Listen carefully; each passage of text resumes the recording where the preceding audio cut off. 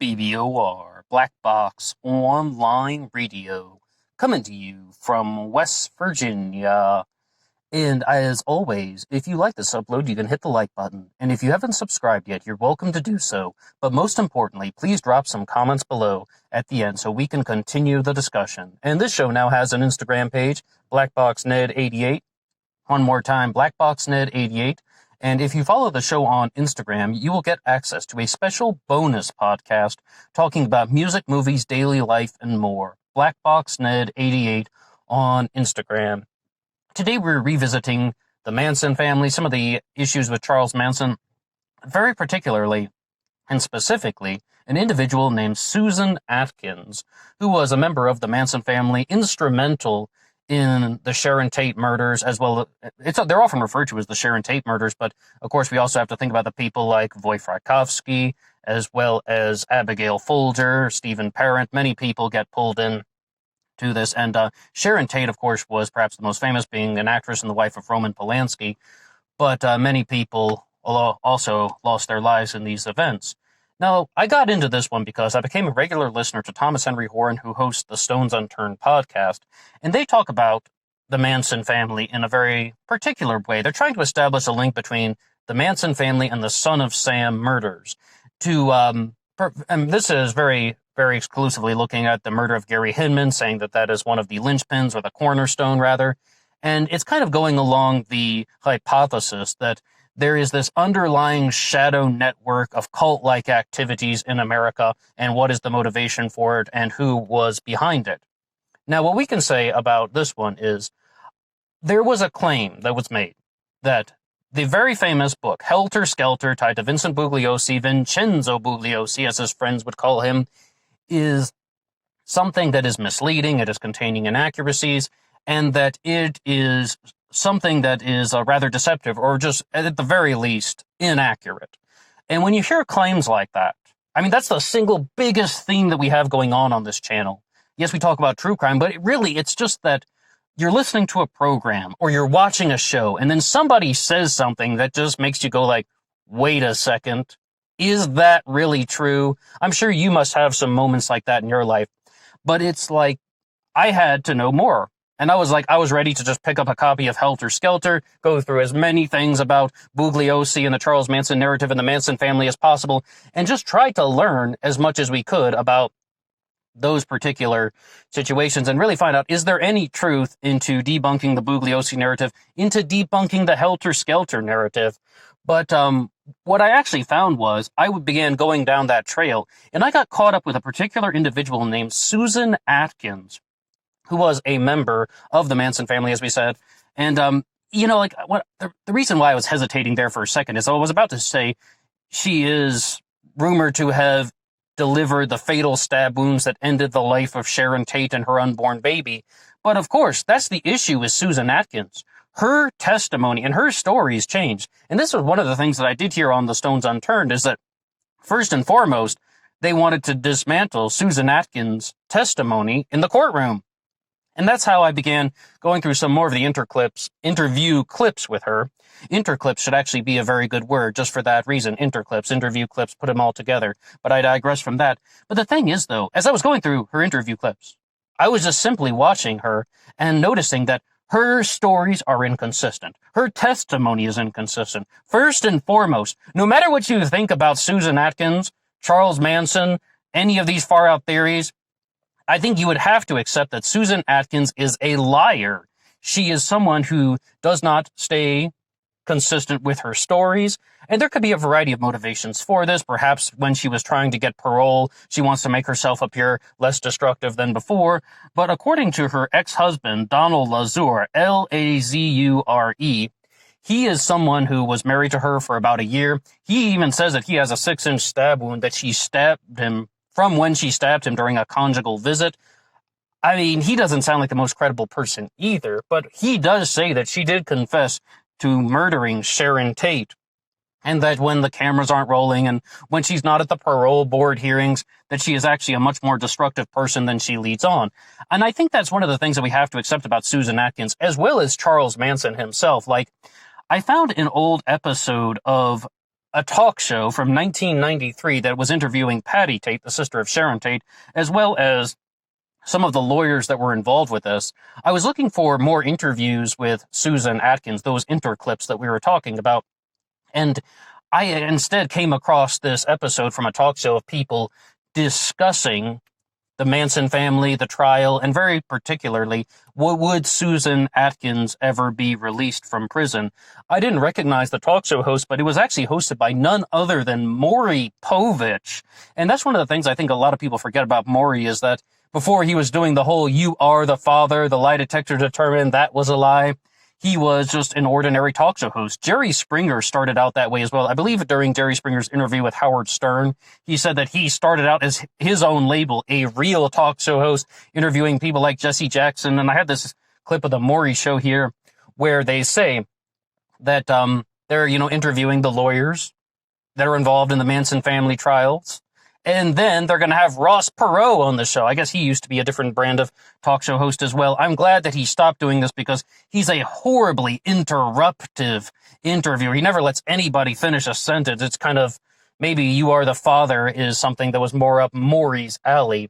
But anyway, they're talking to the lawyer, like one of the prosecutors named Stephen Kay, as well as the lawyer for Susan Atkins named Deborah Frazier. And they're kind of giving some arguments for and against Atkins' guilt, her involvement with all this, and they're talking about should she ever be released from prison.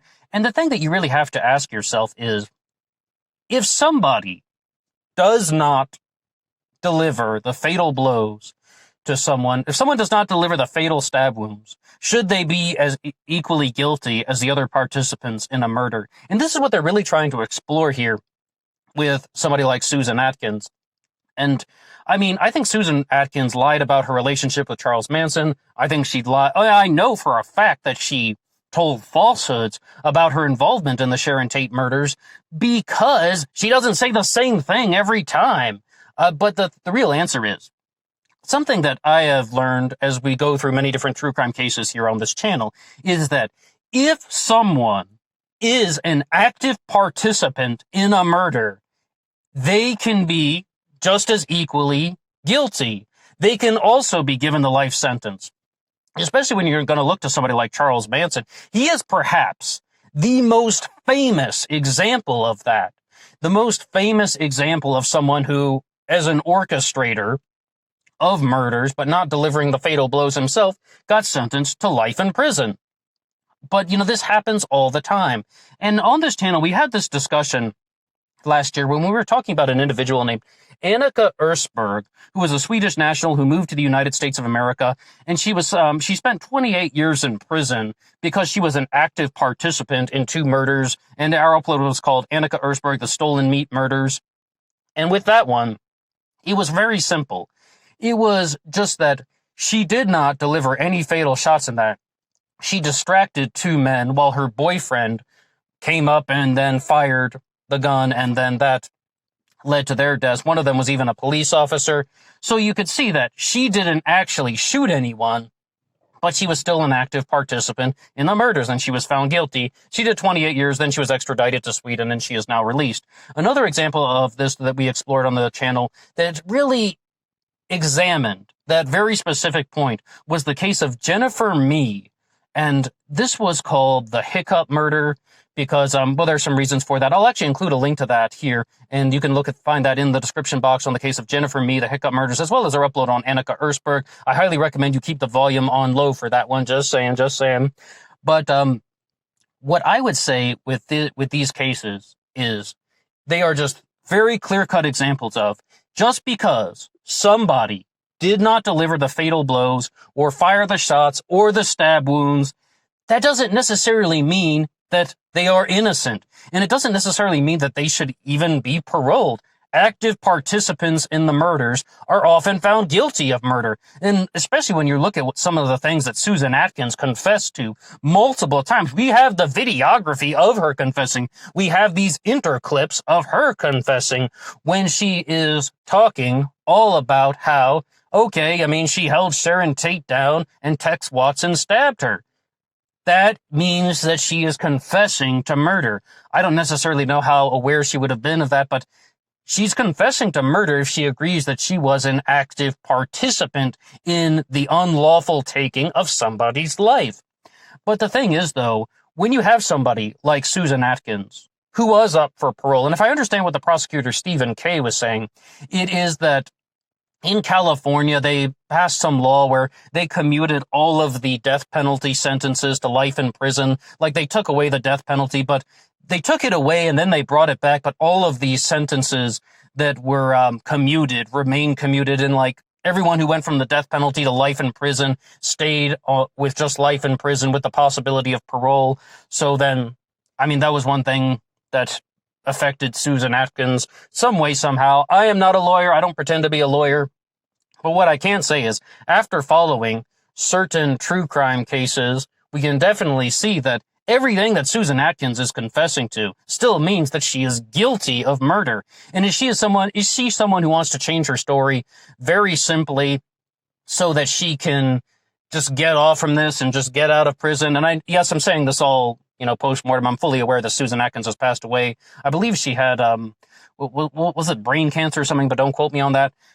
So the thing is, to say about her, she is most definitely a liar, and just because she is providing certain insights into the life of Charles Manson, you really have to question everything, because if she's somebody who's simply lying for her own selfishness, then you have to just look at everything that Susan Atkins is saying.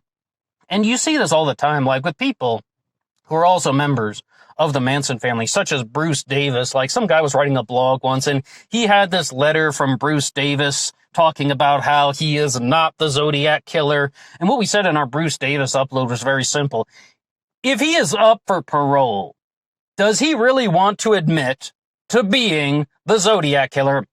I don't think Bruce Davis is a genuine Zodiac killer suspect, mind you. Or, I mean, I don't think there's any credibility to that because of a few reasons, and you'd have to hear about that in our Bruce Davis upload on this channel. Most notably, it's a very, very circumstantial case against him. But who is going to confess to other murders if they are going to be up for parole? I mean, that probably would be something that they would just want to ignore. And in short, people are going to be very self-serving, and they have their own self-interest in this. And Susan Atkins is no exception. When you want to look at this concept, though, I would say that Susan Atkins, as well as Charles Manson, are often described as people who act one way in front of the cameras and then one way off of the cameras when the cameras aren't rolling. Both of them seem to have the reputation of people who are intelligent. They actually pretend to be less intelligent in front of the cameras, and they're very methodical, calculating. And one of the things that was discussed, I actually just read this in the comment section that somebody was saying, it is about how Susan Atkins and Charles Manson regularly communicated during the trial. They regularly communicated in prison so that they would be on the same page and they would be able to get their stories straight. But still, based on the inconsistent information that we have from Susan Atkins, she was not reliable, she was a liar, she was a fraud, and also she was guilty of murder. I think based on everything that she was saying, it really becomes very clear that she was guilty of murder. But when you actually look at some of the things that are going on with Charles Manson, even if you don't accept the concept of this underlying shadow network of cult-like activity that is brainwashing people into committing these types of murders for ulterior purposes, what you could say is just that they were also somewhat fraudulent in their portrayal, in the way that they presented themselves. And the prosecutor, Stephen Kay, was talking about these people were against hippies. They called themselves slippies, to slip under the cover of being a hippie. They were actually against peace and love and joy and flower power, and they despised it. And they were slippies in the sense that they had their own their own agenda and their own issues that they wanted to persuade people to. Someone left a comment on one of the previous Manson family uploads that we did on this channel, and they were asking, what is the significance of the name Helter Skelter? And Helter Skelter was the name of the starting of a race war. And what I did hear, though, is that Charles Manson said that his followers were going to grow to 144,000 people, which is the culmination of the 12 tribes of Israel. And I think I heard that from not Thomas Henry Horan, but the person that he was interviewing who wrote a book on that subject. I'm drawing a blank on his name. But the thing is, what you hear with that is that Charles Manson was somebody who definitely had this type of cult-like personality. Because, I mean, one of the points that they were talking about on this episode of Maury is that Charles Manson is not a charming person. Absolutely he was. And I never believed that he was like a second messiah or anything. But when you look at the way that other people are responding to Charles Manson on the internet, with like the people that would follow his, like interclips that have all been put together, and then they're starting to just listen to everything that he's saying. And there was that video going around, Charles Manson is incredible, and they like to hear what he has to say about the mind and about the universe. And then he definitely had a following, rebirth, a renaissance, a revival in the social media area when people were listening to all of these little clips of him. And people definitely were persuaded by Charles Manson. And in the Stephanie Harlow series, she even mentioned how she did a 6-part series on Charles Manson, by the way, even just saying that he learned how to talk in that sort of sing-song way that was meant to be more comforting and more pleasant. And I mean, granted, some people in radio become experts of this. It's not only something that is like directed at cult leaders, but people do study how to do this, how to talk in a very calming way. So people just want to listen to this person talk about anything, more or less. But the thing is, though, with Susan Atkins, inconsistent testimony, telling lots of lies, and it did her no favors, because then people are just going to look at the situation, as they did, mind you, and simply say that, hey, this woman is telling inconsistent stories. And it's almost, well, you could ask the question, well, did she actually deliver the stab wounds that killed Sharon Tate? I don't even think we really need to explore that question too much, because multiple times she confessed to being an active participant in Sharon Tate's murder, which, guess what? That means that she is still guilty. So when you are going to examine this role, you can definitely see that somebody like Tex Watson, a member of the Manson family, was very much involved in the killings of all of these people. And I also do not believe Tex Watson, because I believe that what Tex Watson said is that he confessed to all of the murders in the house, the Sharon Tate murders that we're talking about with Voy Frykowski, as well as Abigail Folger and Stephen Parent. All of these people were murdered. I believe Tex Watson did confess to all of them, but that is also very frequently done. Men do this all the time. They take the falsehood that certain female accomplices will be let out of prison. And what was the other guy's name? Stephen Marshall, the Jigsaw killer from the United Kingdom. He is an example of that if you ever want to see his documentaries. We've never done an upload specifically on Stephen Marshall and the Jigsaw killers, the Jigsaw murders, kind of like the movie Saw, except this one was in real life and quite a different story, actually. That's a fascinating one. Perhaps we'll talk about him on this channel in the future. But the big thing we just have to say is Susan Atkins did not do herself any favors. She did not do anything other than destroy her own credibility. And you could look at somebody like Bugliosi, and I'm sure we'll find points in his book about how he misrepresented something, he made an inaccurate statement about something, there's more to the story.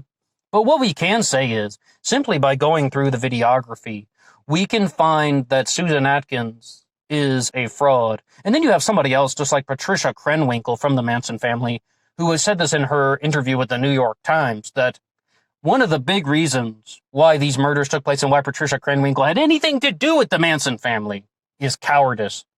Because a lot of these people were trying to escape bad family situations, and, they were afraid. They went along with things, and in short, bad family situations. I've listened to enough free domain radio to learn that the parents definitely do have an influence on children that way. And then somebody like Charles Manson trying to be the gardener of Ashbury hate, then there's something to that there. But I think that's where we're going to have to leave it at for now. I know that in 20 minutes we'll never get everything put together about the Manson family, but I would love to hear what you have to think about it in the comments section below. And you can always hit that like button. It really helps out the channel.